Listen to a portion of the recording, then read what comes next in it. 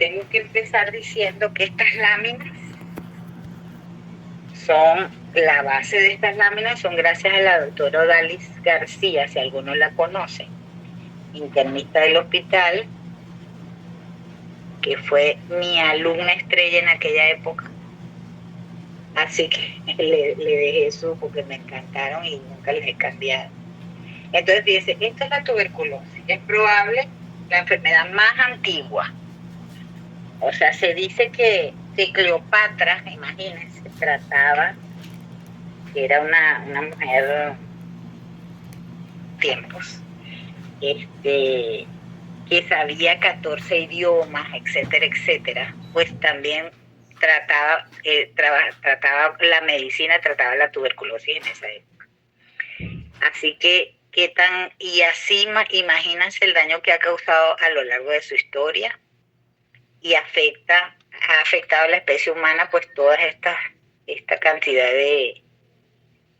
Dice que la pandemia del COVID tuvo un impacto económico en los niveles de pobreza que nos hizo retroceder por lo menos 10 años el incremento de todo lo que determina socialmente la tuberculosis, que es el hacinamiento, la desnutrición, etcétera, etcétera.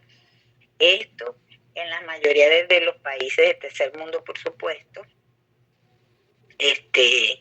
porque hubo un impacto, nosotros no tuvimos tratamiento por un tiempo, el tratamiento dejó de llegar, etcétera, etcétera. Entonces fue de verdad una debacle horrible y esto ha hecho pues que sea, esta es la definición de la tuberculosis. No voy a ahondar en eso lo podemos leer. Y lo importante. Entonces, fíjese, justamente las condiciones precarias como el hacinamiento, la alimentación, los factores de contagio permiten el desarrollo de esta enfermedad. Así que no voy a insistir mucho en eso porque esta es la definición en sí, desde el punto de vista de salud pública, es infectocontagiosa, muy importante este concepto, quiero que quede bien claro. Este es el bacilo de la tuberculosis o el Mycobacterium. Tiene unas características especiales de este bacilo. Estas son las especies, el tuberculosis y el bovis, el bacilo que más impacta a la gente, a nosotros, ¿okay? Que hay otras especies de Mycobacterium, que son estos, que son muy frecuentes, bueno, no son tan frecuentes, son los que llamamos los micobacterios atípicos, más que todo invaden piel en pacientes casi siempre inmunosuprimidos, que es una característica típica esporulada aerobia, por lo tanto, el de su desarrollo, por eso es su desarrollo en los pulmones, porque es donde hay más oxígeno, ahí se multiplica y sobrevive, ¿verdad? Y puede estar, como vamos a ver más adelante, latente toda la vida. Necesita más o menos de 3 a 5 semanas para crecer en medios de cultivo, por eso es que se tarda muchísimo un cultivo de Mycobacterium, que es en realidad quien hace el diagnóstico de certeza.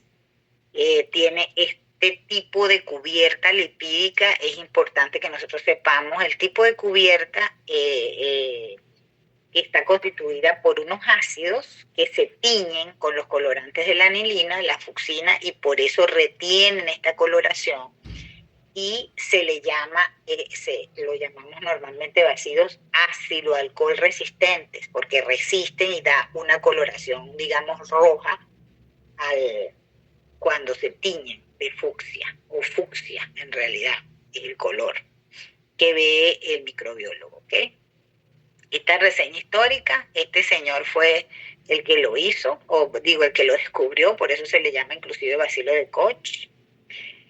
Y hay una cantidad de formas, todas las formas de tuberculosis. Esto más o menos son los casos estimados hasta el 2018. Los casos asociados a VIH y sobre todo los casos asociados a lo que llamamos tuberculosis multidrogoresistente, que digamos que es como la epidemia de la nueva década, pues digamos. Eso en cuanto a epidemiología. No vamos a insistir tampoco mucho en la epidemiología. Es muy importante la coinfección con HIV, es decir, todo paciente que nosotros sospechemos de tuberculosis hay que hacerle un HIV, y todo paciente que tengamos con VIH tenemos que hacerle quimioprofilaxis o tratar una tuberculosis que probablemente esté ahí y que todavía no sepamos, ¿ok? Es donde se han visto las mayores, digamos, manifestaciones de la tuberculosis en cualquier órgano. La ha hecho con la coinfección con los pacientes con HIV.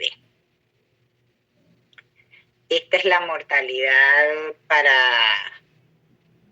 Venezuela. Importante resaltar para el 2000, importante resaltar la edad, fíjense, ¿ok? Pacientes muy jóvenes. Y para 1998, más o menos la tasa de por 100.000 habitantes en Trujillo era del 32%. 32 por 100.000 habitantes, no por ciento. Ajá. Tiene un periodo de transmisión que es vía aérea. Gotitas de flush con la tos es el principal mecanismo de producción, ¿ok? De transmisión. De paciente enfermo a paciente sano, ¿ok? Dios mío, no me acuerdo cómo se le quita esta cosa que... Inhalamos los gotitas de fluye con el bacilo. Esto generalmente llega, este bacilo llega a los alveolos.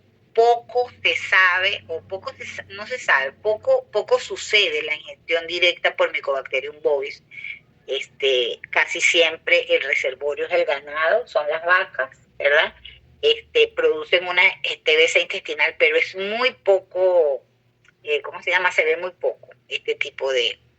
Y de lesiones en piel de inoculación directa a partir de secreciones también, más que todo se han visto en pacientes con TBC cutánea, pero también en muy poca proporción. O sea, en su mayoría, esta es nuestra principal vía de transmisión, la inhalada.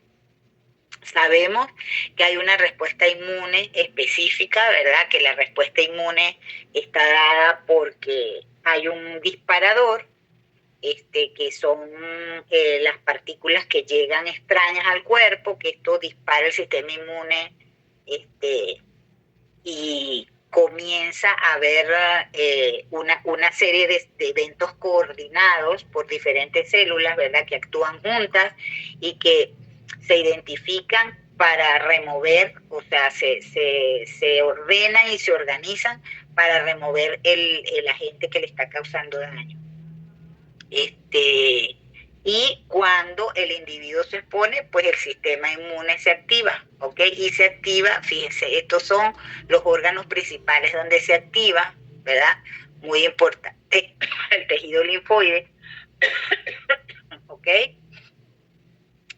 Tenemos que estos son las principales, digamos, células del sistema inmune, que se identifican. Están las células de presentación de antígenos, la CD4, las citoquinas o los killer o las células T citotóxicas, las células B, que son encargadas como de instruir a los CD4 para la producción de los anticuerpos. Y los anticuerpos, ¿verdad?, que conocemos que son proteínas que atacan o están se producen en reacción específica a un germen y van a marcar la destrucción del mismo, ¿verdad? O van a parar la habilidad que tiene para reproducirse. Esto es, entonces vamos a tener una respuesta humoral, una respuesta celular, que va a estar dada por estos principales protagonistas, ¿verdad?, que en este caso serían las células B, serían las células T, y esto principalmente. Esto antes, es muy importante decir que en los niños el sistema, este sistema inmune está desarrollado, digamos, en parte, no está tan desarrollado como en el adulto.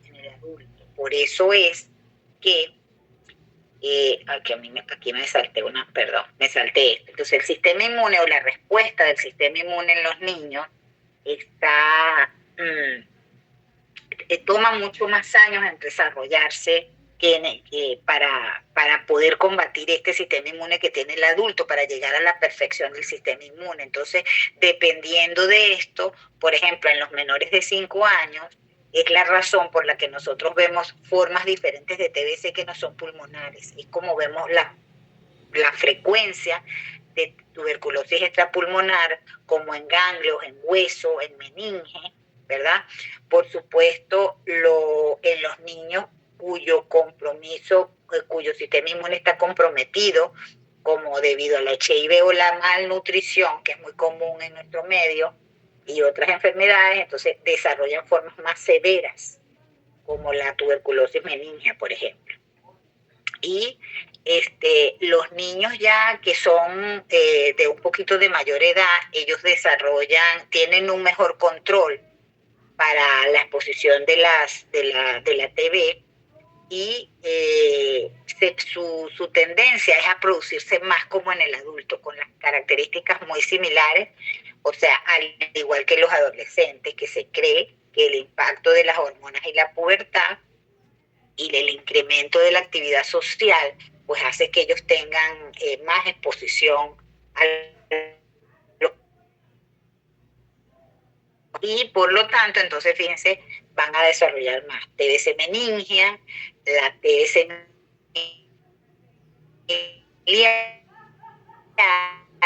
que es la tuberculosis orgánica de Pot, conocido como mal de Pot, que es la tuberculosis alojada en los huesos, sobre todo de la columna, y son niños, ¿cómo se llama? Más o menos entre el 70 y el 80% de estos niños tienen una tuberculosis pulmonar que a veces en su infancia pasa desapercibida como una gripe y posteriormente en la edad adulta hacen su manifestación. O si tienen un estado de inmunosupresión en ese momento, pues van a tener la posibilidad mayor de sufrir este tipo de enfermedades. ¿Okay? Esto antes se hablaba mucho de los estadios, que es cuando el Mycobacterium llega al macrófago y comienza a invadir o mejor dicho, el macrófago capta a estos bacilos, es un primer estadio. Hablamos de un segundo estadio. Esto no pasa. Okay.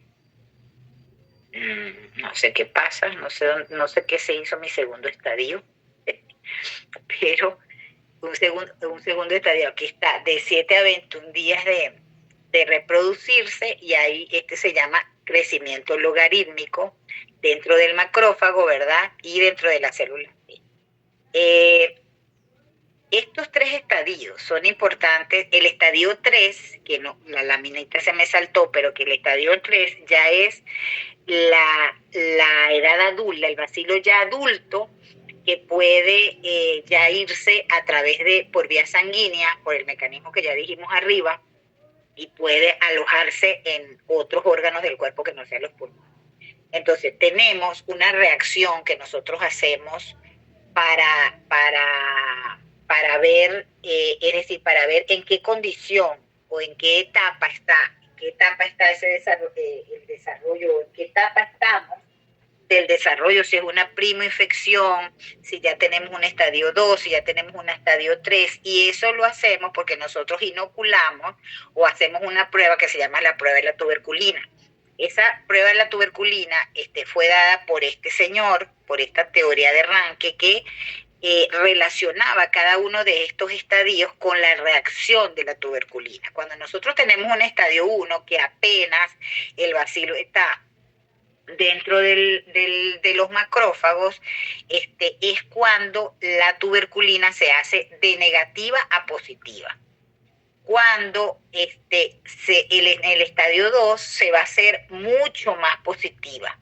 ¿Okay? Es cuando nosotros tenemos, como vamos a ver, creo que en una parte de esto detallamos un poquito más lo que es ¿cómo se llama? El PPD, o PPD, que es una de las pruebas que se usa en nuestros países como rastreo y como nos ayuda sobre todo a identificar la infección y no la enfermedad, pero sí la infección por tuberculosis, ¿ok? Y el estadio 3, que ya es cuando ha habido ya una reinfección, que ya ese bacilo que estaba alojado y que se quedó latente en el pulmón por muchos años, ¿verdad? Fue disminuida la inmunidad en ese paciente por X circunstancia y puede haber una reinfección endógena, ¿verdad? O puede haber una infección exógena en el adulto por la captación de nuevo, o sea, por el mismo mecanismo, por inhalación del bacilo, ¿verdad? Entonces, esa es la forma en que se identifica. Tenemos que existen varias formas clínicas, ¿verdad? Dependiendo pues de la puerta de entrada. Vamos a tener principalmente que cuando a las 48 horas, ¿verdad? Cuando ocurre ese primer estadio, esos bacilos van a permanecer, digamos, en su sitio de entrada que fue pulmonar o van a irse a los ganglios linfáticos biliares, ¿verdad? Y esa unión del sitio de entrada es lo que denominamos complejo de Gom, que normalmente ocurre, ¿verdad? Esto es lo que vemos radiológicamente, ¿verdad? Vemos la invasión de los ganglios inmediatos biliares porque es la primera reacción. El bacilo entró, ¿verdad? Se inhaló y se hizo toda esta reacción, ¿verdad? Y se fue por vía linfática y se alojó en los ganglios biliares.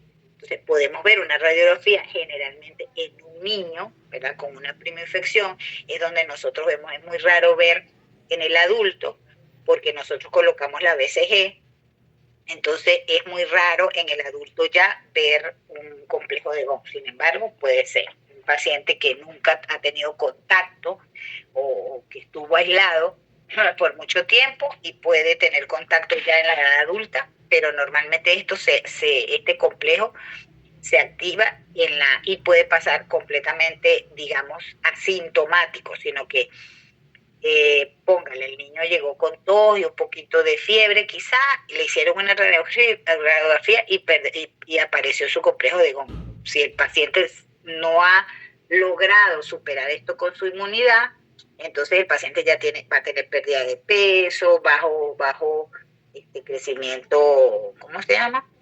Su índice postestatural bajo con respecto a su edad y ciertas manifestaciones que te inclinan a pensar que se pueda tener una tuberculosis. Entonces, esta evolución de este complejo primario, complejo de Gom, sufre varias vías, digamos. Entonces, fíjense, este complejo de Gom puede ser asintomático en el 80 a 85% de los casos. Puede tener una forma regresiva, puede tener una reacción completa de este complejo de Gom, puede haber una fibrosis o puede calcificarse. Y puede tener una forma progresiva, dependiendo de la inmunidad de ese momento, ¿verdad? Hacia una neumonía o bronconeumonía, que estaría dando ya las manifestaciones de la enfermedad, fiebre, tos con expectoración. Acuérdese lo que hablamos de sintomático respiratorio, ¿verdad? Que después de 2 semanas ya yo digo, eso es un sintomático respiratorio, mi primera sospecha es una tuberculosis. Puede tener las diferentes formas, ¿ves? Un empiema, una obstrucción valvular X, puede una telectasia, que simplemente la telectasia es, hay una obstrucción del bronquio. Entonces no hay paso de aire hacia cierta parte del pulmón, puede ser un segmento, puede ser un lóbulo, y se forma como digamos, un parchado blanco, porque no hay aire allí. Entonces, eso es una telectasia. Puede hacerse una fístula del bronquio al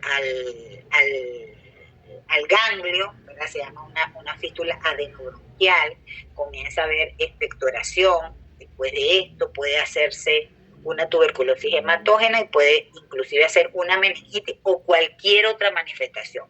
una tuberculosis renal, a cualquier órgano. Tú puedes tener tuberculosis hasta en el ojo, ¿ok? Hasta en piel, en los riñones, en los ganglios, en cualquier órgano tú puedes tener tuberculosis. Entonces, esto ocurre a través de que de una diseminación linfohematógena, donde vamos, de los ganglios puede haber una linfohematógena, o sea, puede irse a los dos, por la linfa y por vía sanguínea. ¿Dónde se va a localizar? Pues la primera localización después son en los segmentos posteriores de los lóbulos superiores, porque ahí está disminuido el flujo, pero está aumentada la presión de oxígeno. Entonces es allí donde se ve la mayor localización, o sea, la localización apical, y es típico que usted tenga una radiología, ¿verdad?, con un infiltrado apical, el lóbulo apical, en los ápices pulmonares. Generalmente predominio derecho, ¿ok? Eso es por la anatomía del bronquio derecho, pero no específico, pero sí es más frecuente. La clínica, fíjense, es un comienzo insidioso, no es un comienzo brusco. Hay pérdida de peso, fiebre, muy típica la sudoración nocturna. Es típica la fiebre con sudoración nocturna, que el paciente queda empapado. Y pulmonar puede haber tos con expectoración mucosa purulenta, hemotoica o francamente hemotoica, y dependiendo de la magnitud de esto, pues disnea, ¿ok? Que no es común, es más común. Entonces, fíjense, aquí tenemos una forma radiológica cavitaria de la tuberculosis, ¿verdad? Ahí tenemos, fíjense, se ve prácticamente un segmento, ¿verdad? Lóbulo medio que está infiltrado y se ve un pequeño orificio aquí en el medio, entonces eso es cavital. Ahí se va a formar posteriormente una caverna. Tenemos esto, lo que llamamos un tórax. Fíjense cómo hay disminución, o sea, prácticamente el parénquima, todo esto es una gran atelectasia. Fíjense que es, ¿cómo se llama? Todo esto está tomado, el pulmón, y entonces se queda chiquito, se ve muy pequeño, el campo pulmonar se pone muy pequeño, ¿verdad? Y se desdibuja por completo los hilios pulmonares, ¿verdad? Ya no vemos los hilios. Y esto es ya la etapa, fíjate, de aquí, una etapa tardía que vemos nosotros, probablemente ustedes ya lo vean menos, lo vimos quizás nosotros más, por esos pacientes que se pasaban que era una gripe y no se trataron y desarrollaron posteriormente un fibrotórax. Y gracias a Dios pues no se ve. Y fíjense que el otro, este es el derecho, el izquierdo prácticamente no lo vemos, ¿ves? Este es el campo pulmonar izquierdo, que está completamente colapsado. ¿Cómo hacemos el diagnóstico? Bueno, el diagnóstico clínico imperativo. En todo sintomático respiratorio hay que descartar tuberculosis. 2 semanas de tos, expectoración y fiebre con sudoración, que es una diferenciación entre la fiebre bacteriana o viral con respecto a la de tuberculosis, sudoración nocturna. Muy típico que el paciente se diga que amaneció completamente, tuvo que cambiarse su ropa porque amaneció completamente mojado. Y hay ciertos criterios diagnósticos asociados, por supuesto, a comorbilidades como todas estas que están aquí, incluyendo el tabaquismo. ¿Okay? En pacientes en hacinamiento, en cárceles, los indigentes. ¿Okay? Bien, entonces hacemos la prueba de Mountauso PPD. Entonces, bien, tenemos que diferenciar que una cosa es la infección por tuberculosis y otra es la enfermedad. Nosotros podemos tener una infección, podemos tener el bacilo en nuestro cuerpo, pero no tener síntomas. ¿Ok? Entonces, ¿qué nos va a dar eso? Bueno, a nosotros nos llega el paciente con síntomas y detrás de ese paciente nosotros tenemos lo que llamamos el estudio de contactos, que son los pacientes, ¿verdad?, que van a estar infectados, pero no van a tener enfermedad. ¿Cómo hacemos? ¿Cuáles son las 2 principales pruebas que se hacen para detectar la infección? Es la prueba de Mantoux o PPD, que es la que más hacemos en nuestro medio, y el IGRAS, ¿verdad? Que es una técnica de liberación de interferón gamma. El Mycobacterium libera interferón gamma. Y este interferón gamma, esto es muy exacto, es muy nuevo, es una técnica pues realmente nueva para nosotros en Venezuela. Sin embargo, la hacemos, por lo menos en Caracas se hacía, antes de yo venirme. Y tenemos el diagnóstico de la enfermedad. Entonces, a través de esas dos pruebas, el diagnóstico de la infección. Entonces, ¿cómo hacemos la prueba de Mantoux? Esto es un prueba de Mantoux PPD, es un, ¿cómo se llama? Un preparado proteínico, digamos, del Mycobacterium, que es depurado, es una depuración de la proteína de la Mycobacteria, ¿verdad? Que se coloca intradérmica. Y hay una técnica, hay una aguja específica para eso, se hace una inyección intradérmica con un bisel corto, con una unidad específica, 0.1 unidades de PPD, de colocación del líquido, y esto se va a formar, vamos a esperar 48 a 72 horas, ¿verdad? Que se forme una pápula y vamos a medir esa pápula. Entonces, los resultados de esta pápula, ¿verdad? Lo vamos a ver, de 0 a 4 es negativa, de 5 a 9 puede ser dudoso, pero mayor de 10 es positivo, ¿verdad? Mayor de 10 milímetros, ¿ok?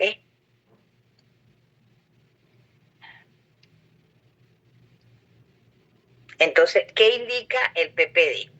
Fíjense, muy importante, indica la hipersensibilidad retardada mediada por células y la infección tuberculosa previa, pero no mide ni desde cuándo está infectado, ni la presencia o extensión, ni la TBC activa. O sea, si yo tengo un PPD positivo, yo puedo haber sido contacto. Ustedes todos deben tener el PPD positivo porque ustedes han sido contactos en la vida, ¿okay? Y en el hospital, ¿okay? Pero, ¿qué tiene esta prueba de PPD con respecto al IGRAS? Bueno, que el IGRAS te sirve en cualquier persona. En cambio, el PPD, cuando tú estás anérgico, cuando tú tienes una alteración de la inmunidad específica, o sea, de la inmunidad celular tuya, de tu piel, o una enfermedad severa o una destrucción severa, te va a dar negativa. Entonces es lo que se llama un falso negativo. O sea, no tiene este problema el PPD. ¿Okay?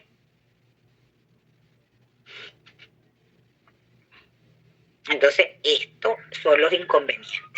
Si hay algunos constituyentes proteicos del PPD que son compartidos por otras micobacterias, puede darte un falso positivo. Los pacientes con falta de respuesta en las alteraciones, con alteraciones en la inmunidad celular, pacientes con alguna enfermedad dermatológica, pacientes muy desnutridos, tienen su inmunidad celular disminuida, con los errores en la administración y la subjetividad de los resultados. Esto es muy común. No todo el mundo está, ¿cómo se dice?, en capacidad de hacer el PPD. Ni siquiera nosotros. Nosotros tenemos enfermeras especializadas que lo hacen y que están acostumbradas. ¿Qué es el efecto booster? El efecto booster es que usted puede, en un paciente que por determinada circunstancia le dio negativo, pero que usted quiere saber si ese paciente en ese momento estaba negativo, pero por alguna circunstancia usted espera unos de 10 a 15 días, puede volver a repetir el PPD, ¿verdad? Y eso se llama efecto booster. El paciente que estaba negativo puede volverse positivo o puede simplemente mantenerse negativo. Esto de indiscreción o pérdida de la privacidad es que, por ejemplo, en nuestro medio es muy marcado, así como los pacientes de HIV, los tuberculosos. Entonces siempre ha sido toda la historia marcada. Inclusive en la época antigua él te ponía una campanita en el cuello para que tú anduvieras por la calle y la gente se apartaba. Entonces esa misma, sin la campanita, pero sigue teniendo esa de animosidad, diría yo, no sé.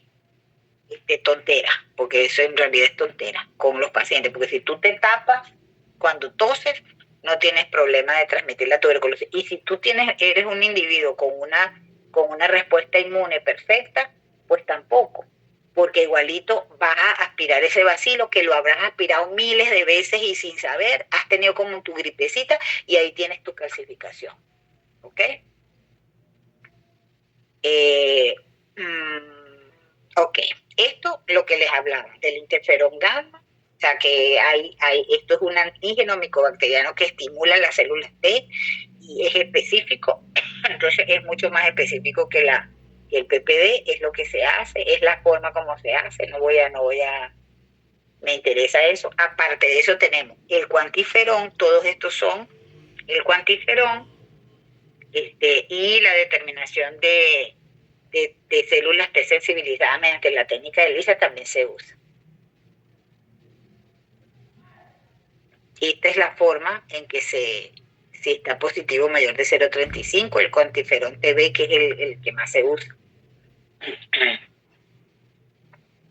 ¿Cómo diagnosticamos la enfermedad? Bueno, pues primero, la valoración clínica del paciente, la radiología y la microbiología. En cuanto a la clínica, el comienzo insidioso y crónico es muy importante. Los síntomas pulmonares principales, ya sabemos, no los voy a repetir. Y tenemos síntomas constitucionales no específicos, ¿verdad? Que es más frecuentes en niños y VIH, como la pérdida de peso. Ajá. Doctora, disculpe, no se ve. No se oye. ¿Perdón? ¿No se ve? No, sí se ve. Puede ser de internet, sí se ve. Ok, bueno, acuérdate que vas a tener, si tienes algún problema, mira trata de acomodarlo, porque la mayoría lo ve, ¿no? Igual, esto lo vas a... Ok, igual lo vas a tener, esto se las voy a pasar a como siempre, se las paso para que ustedes las tengan, las diapositivas. Okay. Ajá, fíjense, en cuanto a la radiología, ¿qué es lo más importante? O sea, si tú me dices, tú no puedes hacer un diagnóstico de tuberculosis sin una radiografía de tórax, ¿ok? Porque es la sospecha máxima. O sea, ¿qué te da el diagnóstico definitivo? La vaciloscopia. Pero el diagnóstico de certeza te lo da una radiografía de tórax. Una radiografía está a tu disposición, es muy sensible, es muy raro una TB pulmonar con rayos X normal, sí, en los pacientes inmunocompetentes, fíjense, la sensibilidad es del 98%. Estoy hablando de inmunocompetentes.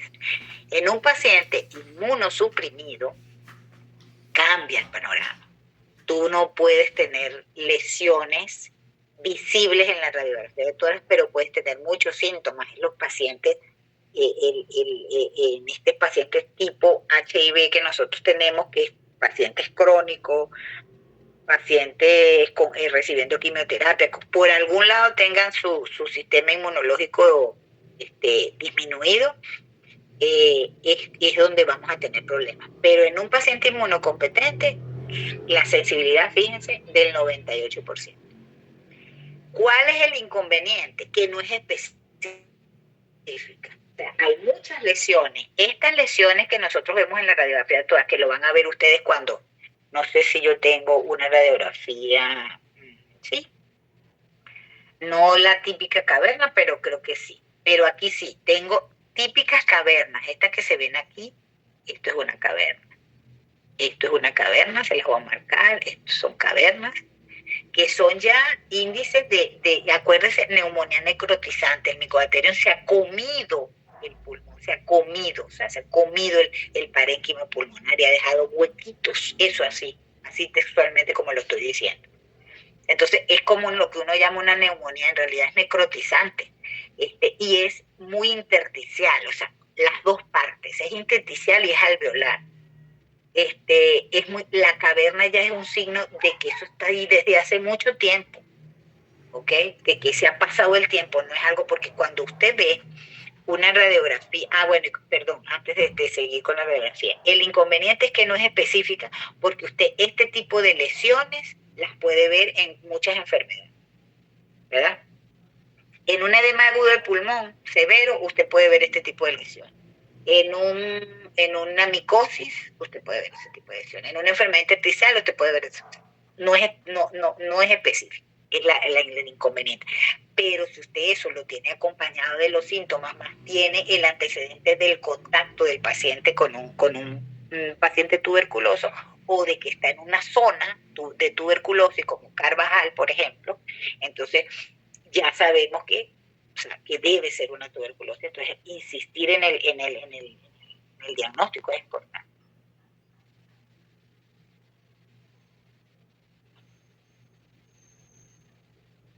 Ok, esto es porque, bueno, esto es lo que la OMS opina, pero bueno, eso no nos llega a nosotros. Sí, que se deben hacer pruebas más rápidas, sí se deben hacer pruebas más rápidas, pero la mayoría de las pruebas muy rápidas son costosas, entonces no la tenemos. Nosotros seguimos teniendo la vaciloscopia y la radiografía de tórax. Entonces, fíjese, en esta radiografía que nosotros vemos aquí, vemos la típica consolidación, ¿verdad? Pulmonar en ápice derecha o en lóbulos superiores derechos, ¿verdad? Con la típica siembra en bases o del otro lado. Eso es lo típico de una radiografía de tórax de un paciente con tuberculosis que ya lleva, por lo menos han pasado 3 meses, ¿ok? De esto. Porque ya fíjense que ya hay necrosis aquí abajo. Pero esa es la típica radiología de la tuberculosis. En cuanto a bacteriología, ¿qué nos da el diagnóstico de certeza? El BK positivo. ¿Ok? Entonces, ¿cómo debe recogerse esa muestra? El primer esputo de la mañana, por lo menos 3 esputos con intervalo de 24 a 48 horas, un esputo diario por 3 días. Si yo no tengo expectoración, debo inducir el esputo. Tengo todo esto para inducirlo o para saberlo. Tengo que hacer aspirado gástrico en los pacientes psiquiátricos y con niños. En los niños se coloca una sonda nasogástrica, se deja al niño en ayunas, ¿verdad? Y en la mañana se coloca una sonda nasogástrica y se hace un aspirado y se hace el BK del contenido gástrico.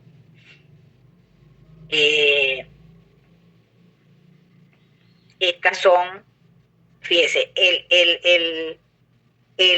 la radiología el papel importante era para despistaje de la tuberculosis y la bacteriología es el papel importante, es para confirmar el diagnóstico de tuberculosis. Entonces, si es positiva, prácticamente confirma la TBC, que no es muy sensible porque el 70% de los BK negativos no descarta la TBC, eso es lo único. Que el cultivo demora hasta 2 meses, ¿verdad? Y que tenemos antibiogramas que tenemos que tener mucho cuidado porque son poco creíbles. O sea, los antibiogramas para los diferentes tratamientos, o sea, la ventaja de los diagnósticos de ahora, por ejemplo, de lo que vamos a ver más adelante, es que estos te dan de una vez la sensibilidad. Ahorita que nosotros tenemos mucha tuberculosis multidrogoresistente. Entonces, esa es la ventaja. Entonces, esto es la vaciloscopia directa, que es el Sig-Nielsen, ¿verdad? Es una escala semi-cuantitativa de gérmenes. En 100 campos de microscópicos te va a dar negativo si no ves ningún bacilo alcidocol resistente, positivo si ves una cruz, una 10 es como en 100 campos observados y 3 cruces es cuando ves ya más de 10 bacilos por campo en 20 campos observados.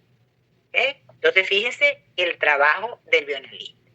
También para esto el bioanalista tiene que tener ojo y tiene que tener experiencia, porque fíjese, ese bioanalista tiene que ver hasta 100 campos, ¿verdad? 100 campos para poder decir es un BK negativo. Entonces, toda esta carga se la dejamos al laboratorio, pero nosotros tenemos personal sumamente bien entrenado, afortunadamente.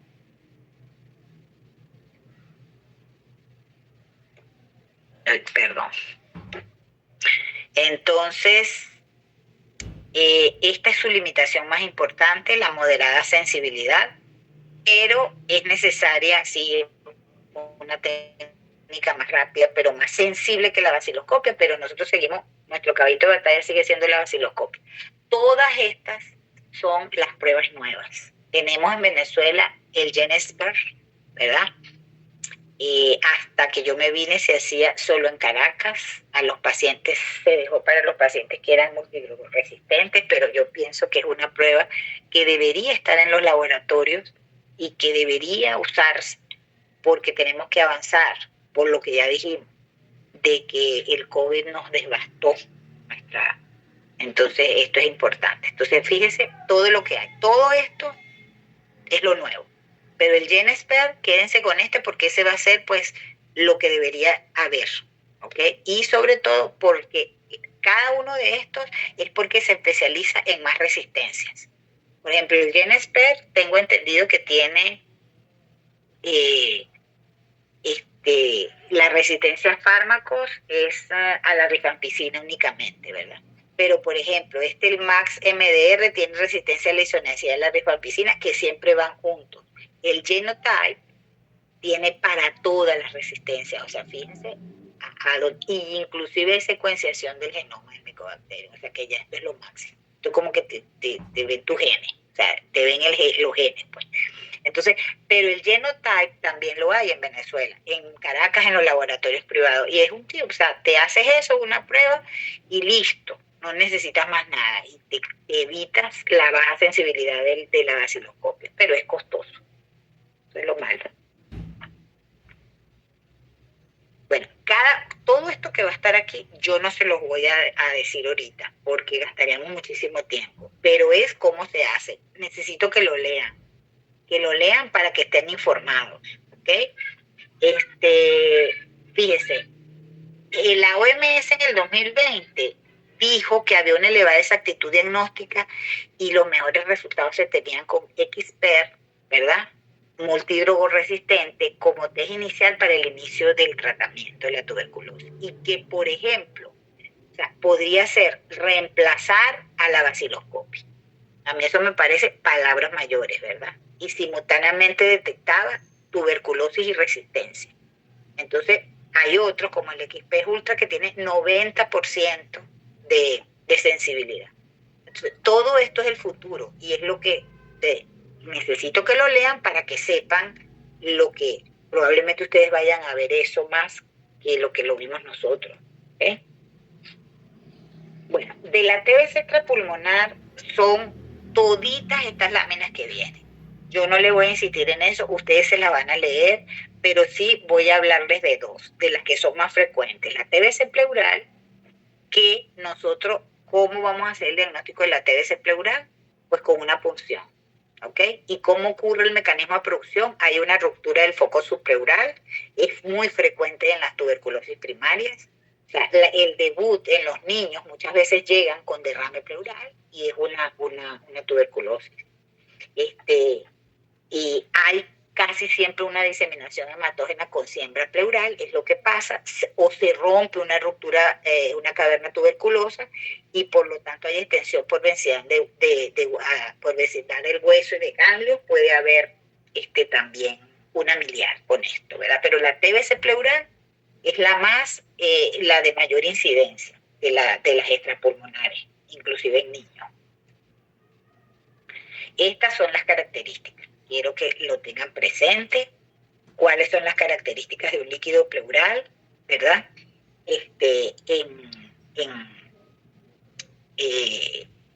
Nosotros cuando vayamos a ver el derrame pleural, vamos a ver, esa va a ser probablemente la próxima clase, vamos a ver cómo clasificamos un derrame pleural, con exudado y ultrasudado. Entonces tenemos que en las características del líquido pleural tuberculoso es muy específico, que igualito el cultivo de una biopsia pleural te va a dar el 80%, pero que El BK es muy poco sensible en líquidos, en cualquier secreción, es muy poco sensible. Por eso es que tenemos que valernos de pruebas como el XPER y los nuevos para identificar. Sin embargo, hay ciertas características del líquido, ¿verdad? Como la glucosa menor de 60, como el aumento de la LDH, como el predominio de proteínas en sangre, que te va a dar esto. Y nos ayuda mucho el PPD en estos casos, ¿verdad? Esta es la renal, no le voy a hablar de la renal. Y le voy a hablar de la meningia, que es igual. O sea, quiero que la tengan en cuenta porque se hace a través de una punción lumbar, es muy frecuente en los niños, o sea, se ve con mayor frecuencia en niños que en adultos, ¿verdad? Y igual, vamos a tener una glucosa sumamente disminuida con respecto a la glicemia, tiene ciertas características, el líquido generalmente es claro, pero sin embargo el BK positivo puede ser en el 50% de los casos, mucho más sensible el líquido cefalorraquídeo que el pleural para el BK. Y la TBC diseminada, que es porque hay una gran diseminación hematógena y hay el desarrollo progresivo de innumerables lesiones durales en todo el organismo.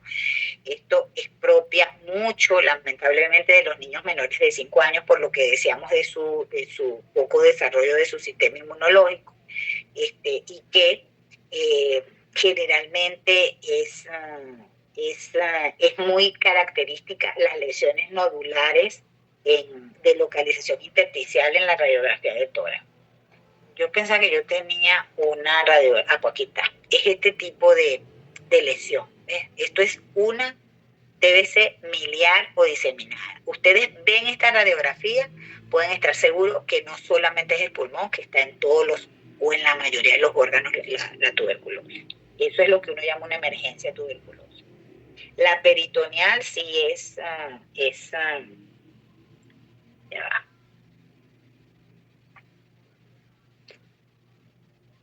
Y ahí tienen otras formas, las más comunes, inclusive hay unas, pero no les voy a hablar de eso, voy a hablarles de una vez directamente del tratamiento. Ok, entonces el tratamiento, hay indicaciones que no están discutidas. Nosotros tenemos el tratamiento, es decir, hay pacientes que nosotros, así no tengamos el diagnóstico de enfermedad, pero tenemos el diagnóstico de infección, hay que discutir en este tipo de pacientes si le vamos a dar o no tratamiento con quimioprofilaxis, que generalmente antes se hacía con isoniazida, ahora se está haciendo con isoniazida y rifampicina, inclusive con dos medicamentos en vista de la alta incidencia de ¿cómo se llama? De resistencia a los medicamentos en un futuro. Entonces, estas son las formas. 4 meses con rifampicina sola o un mes diario tomando la diaria, la rifampicina y la isoniazida. O 3 meses de isoniazida y rifampicina, o 9 meses de isoniazida. Todo depende, esto es muy particular del especialista, de cómo quiera dar nosotros en Venezuela se usaba mucho la de 9 meses, está empezando a implementarse la de 3 meses con isoniazida y rifampicina. Eso es para tratamiento de la infección, ¿verdad? En el tratamiento de la enfermedad, por supuesto, esto es lo que nosotros necesitamos, la cura de las recaídas, evitar las resistencias. Y necesitamos tener fármacos de este tipo que sean bactericidas, ¿verdad? Que maten los bacilos, ¿verdad? Pero que, sobre todo los que son metabólicamente muy activos, pero también los que están en las paredes de las cavernas. Entonces, este tipo de medicamentos, pues los tenemos, fue un tratamiento innovador que inclusive en Venezuela llegó a eliminarse por completo la tuberculosis en los años 60, y recrudeció, bueno, por factores, digamos, sociopolíticos, llamaría yo. Y tenemos los fármacos con capacidad esterilizante, ¿verdad? Que es la capacidad que tiene el fármaco para matar los bacilos que persisten, ¿está? Que están como durmiendo o que están en crecimiento intermitente. Que esos son los responsables de las recaídas en los pacientes. Entonces, esta esterilización va a facilitar el acortamiento del tratamiento. Y por supuesto, evitar las resistencias. ¿Cómo evitamos las resistencias en los pacientes? Sabiendo diagnosticar bien y tratando a los pacientes como deben ser. Al menos 3 o 4 fármacos con probable eficacia, ¿verdad? Al menos 2 con buena actividad bactericida y al menos 2 con buena actividad esterilizante. Estos son los que utilizamos. Tenemos una primera fase y una segunda fase.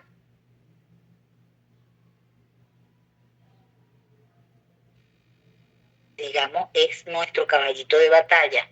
Por eso es que evitamos todos estos medicamentos, no están a la orden en las farmacias, excepto la rifampicina, porque se usa para otras enfermedades muy específicas, pero sí se hizo un buen trabajo en ese sentido de utilizar la rifampicina solo para la tuberculosis. De ahí quizás ¿cómo se llama?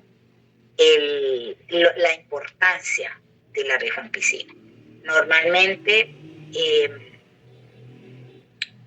fíjese el papel que tiene la rifampicina en casi todas, el antiviral bactericida, en la esterilizante, es quizás la menos tóxica de todas, en prevenir las resistencias, ¿ok?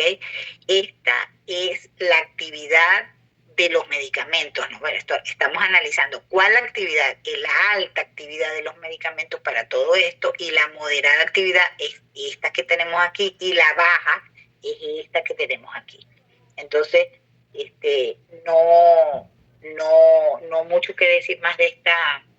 Estas son las guías que divide en grupos, donde se incluyen por lo menos 3 fármacos, ¿verdad? De los nuevos fármacos, hablando en añadir ambos fármacos o añadir para completar los regímenes básicos, que son acá, aquí están. Esto es algo que es importante que lo tengan, quizá es importante que sepan, me interesa que se vean bien la rifampicina, que se vean bien la isoniazida, la piracinamida y el etambutol, que son nuestros 4, lo que nosotros usamos en la primera fase. En la segunda fase, nosotros de tratamiento, una primera fase que dura 2 meses, una segunda fase que dura.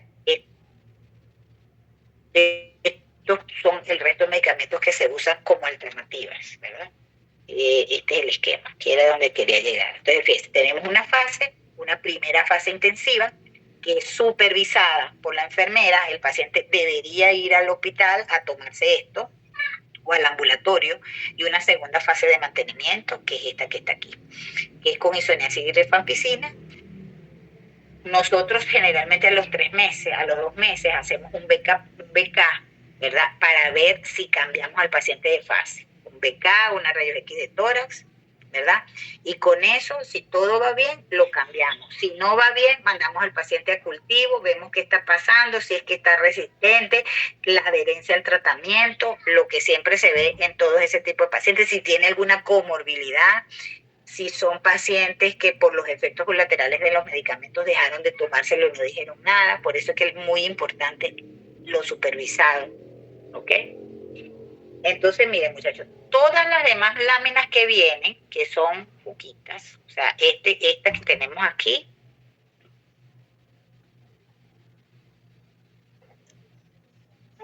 esto es el régimen para los niños de 0 a 14 años, que se lo puse ahí porque es importante que lo tengan. ¿Qué tenemos que hacer con los pacientes coinfectados con HIV? Es muy importante estar en continua, en los pacientes con HIV, así tengan todo esto normal. Nosotros tenemos que unir fuerzas para detectar enfermedad tuberculosa. En el caso de que no, nosotros tenemos que, según los resultados del PPD de esos pacientes, que generalmente no es mucho, tenemos que mantenernos en observación o darle quimioprofilaxis. Ya le dije, esta quimioprofilaxis ahora se hace con isoniazida y rifampicina, ¿ok? Yo creo que lo demás es tonteras, pero que para que se los lean. Y listo, terminamos por hoy. ¿Ok?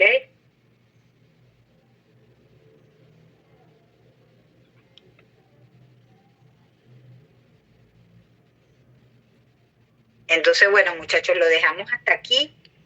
Lo que podemos hacer es, si tienen preguntas de esto, porque de verdad estoy que me explota la cabeza, ya no doy más. Entonces, si tienen preguntas, anoten las preguntas a través de Elide, me pueden hacer las preguntas, yo con mucho gusto.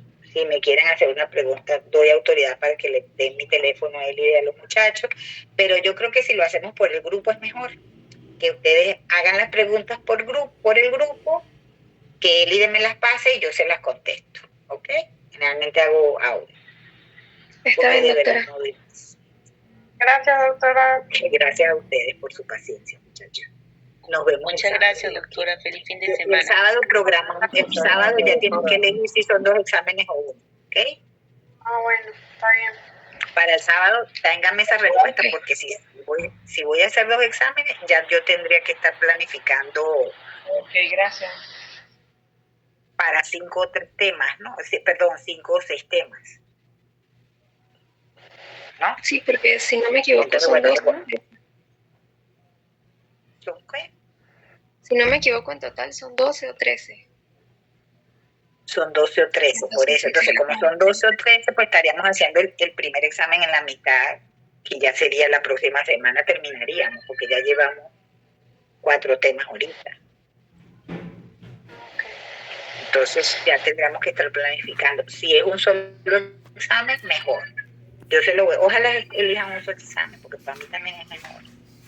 Si son 2 exámenes, voy a tener que preguntarle más detalles. Si son uno solo menos detalles. Okay.